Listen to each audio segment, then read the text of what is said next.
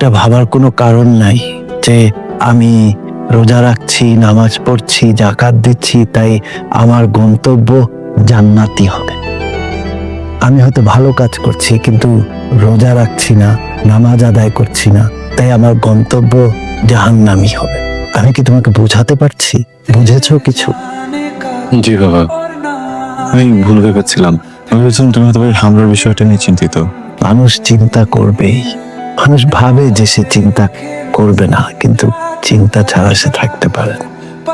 এত ভোরে তুমি উঠে বসে আছো কেন? রাত ঘুমাতেই পারিনি। রবিউল, তোর নাক ডাকে। আমার সারাত মনে হচ্ছিল আমার কানের পাশে একটা জেনারেটর মেশিন অন করা। আমি ছাদে গিয়ে দাঁড়িয়েছিলাম। আজকে অফিসে অনেক কাজ আছে, সব তোমাকেই দেখতে হবে।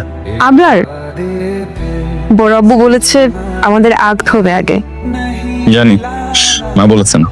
জানো গতকাল আমার সাথে দেখা করোনি কেন? তোমার কি উচিত ছিল না আমার সাথে দেখা করা? আর বলো না, রবিউল, ওর জ্বালায় দম নেওয়ার সুযোগ পাচ্ছি না।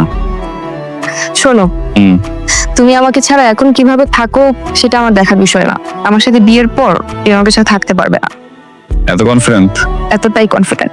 আমি আল্লাহর কাছে সবসময় চাইতাম আমি যাতে সেরা একজন ওয়াইফ হতে পারি, যার জন্য প্রেম থেকে সবসময় দূরে থাকতাম। তো আমি তো সেরা হাজবেন্ড হতে চাই না। কেন? কারণ আমি মুমিন হতে চাই। মুমিনরা কখনোই নিজেদের ওয়াইফদের কষ্ট দেয় না, তকায় না, কারণ তারা জানে ওয়াইফ যদি সুখে থাকে সব হয়।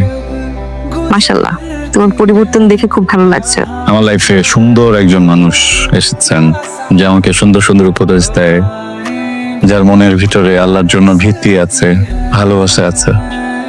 আচ্ছা শোনো, আয়াতুল কুরসি পড়েছো? আয়াতুল কুরসি তো মুখস্থ নেই। মুখস্থ নেই? আচ্ছা সমস্যা নেই, আমি তোমাকে শিখিয়ে দিব। আজকে যেহেতু পড়োনি, ইন্টারনেটটা দেখে একটু পড়ে নিও গাড়িতে। রবিউল ভাইকে সাথে করে নিয়ে যাও, উনি কিন্তু রেডি হয়ে বসে আছে। রবিউলের জন্য চুপচাপ পালাচ্ছি এখান থেকে। বেচারা রেডি হয়ে বসে আছে, সে অনেক শখ করে আছে তোমার অফিস ঘুরে দেখবে। প্লিজ নিয়ে যাও।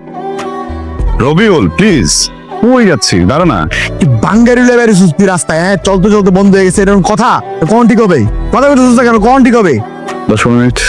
10-15 মিনিট এমনি রোজের মধ্যে খেলা থাকবো, কাঠ হয়ে যাবো তো বুইরা। আপনার আমি কথা কইতেছি, মানে তুই উত্তর দিচ্ছিস না কেন?